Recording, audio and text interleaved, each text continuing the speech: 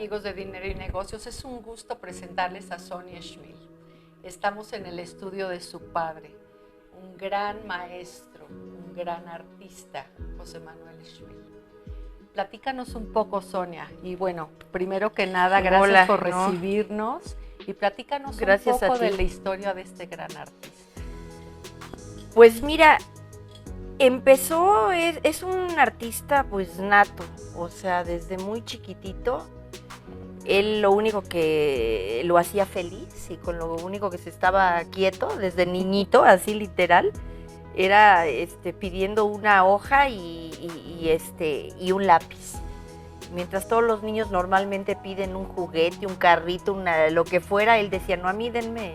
Era la manera de calmarlo, ¿no? Cuando lo llevaban a una visita o donde sea, denle un lápiz y un papel y con eso estaba en paz. Así es que pues desde niñito ya nació con eso, ¿no?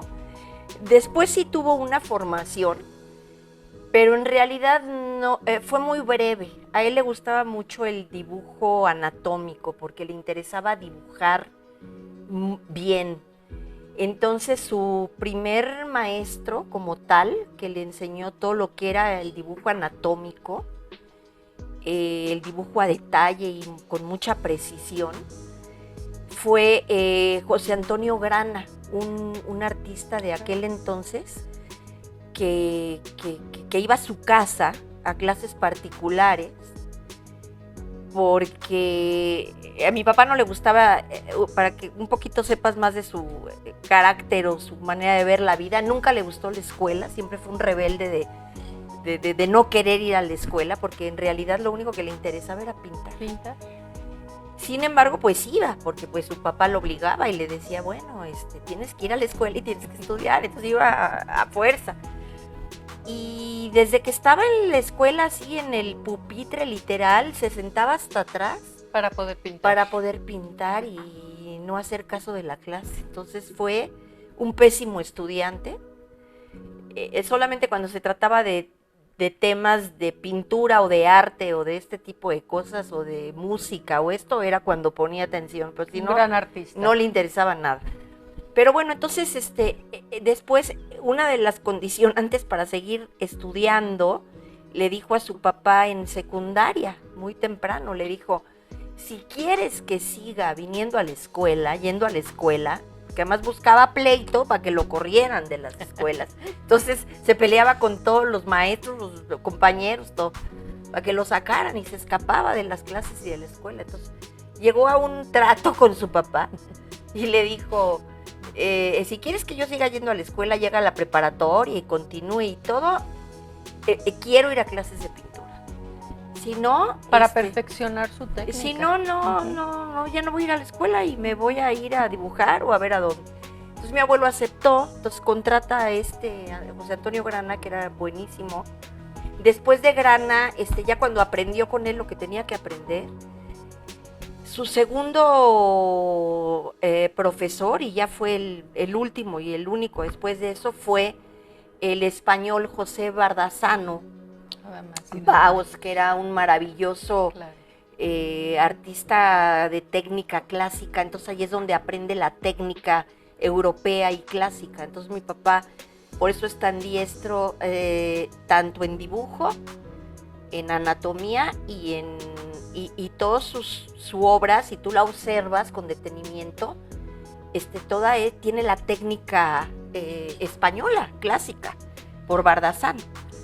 Sí, porque aquí es algo que te quería yo preguntar, Sonia, viendo la gran obra de tu padre, se puede observar desde un bellísimo paisaje hasta un extraordinario...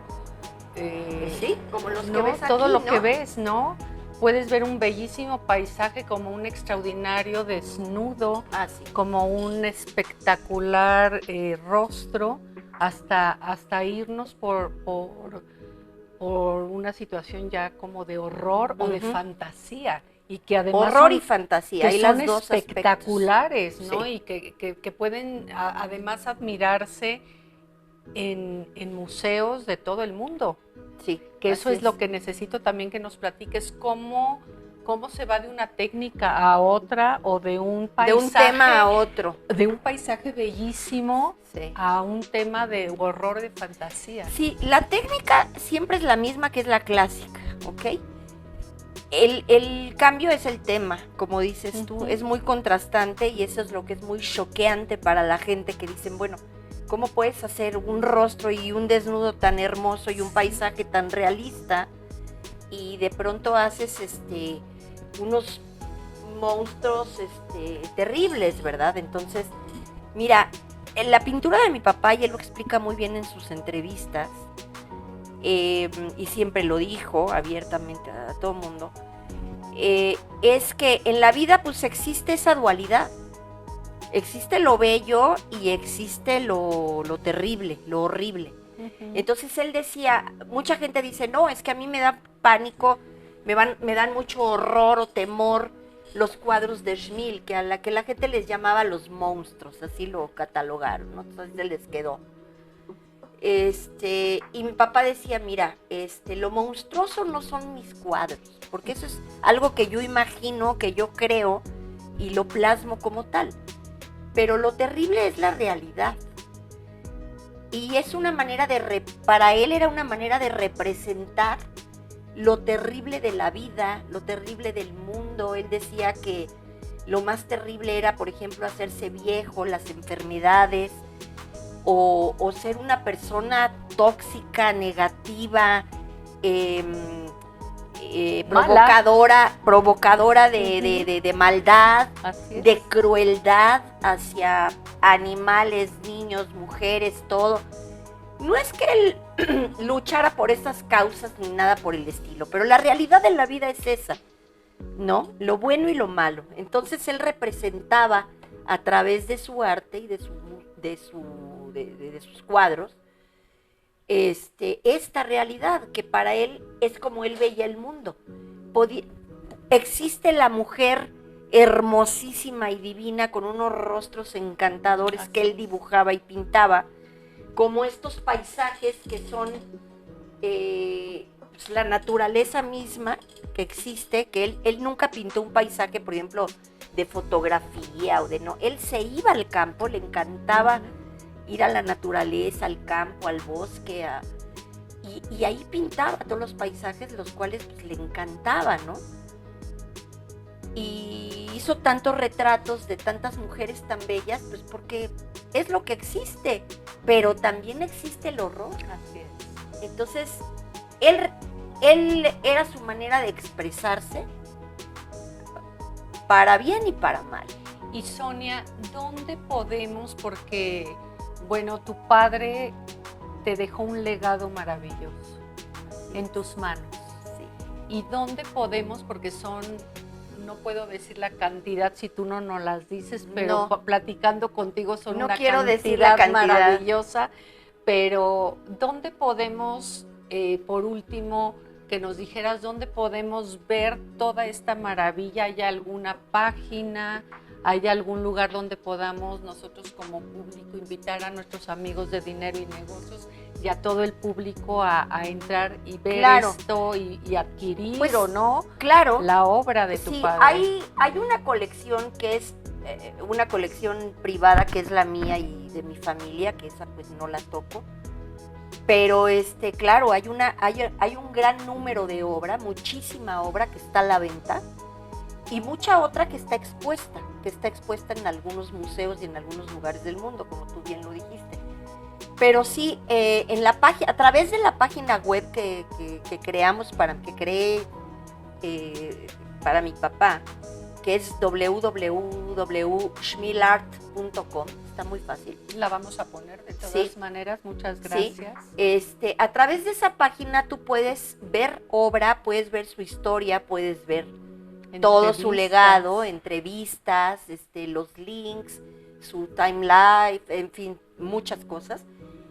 Y ahí te puedes ir a un link donde puedes entrar a escribirnos a un mail que aparece ahí y puedes adquirir obra. Perfecto. Sin ningún problema.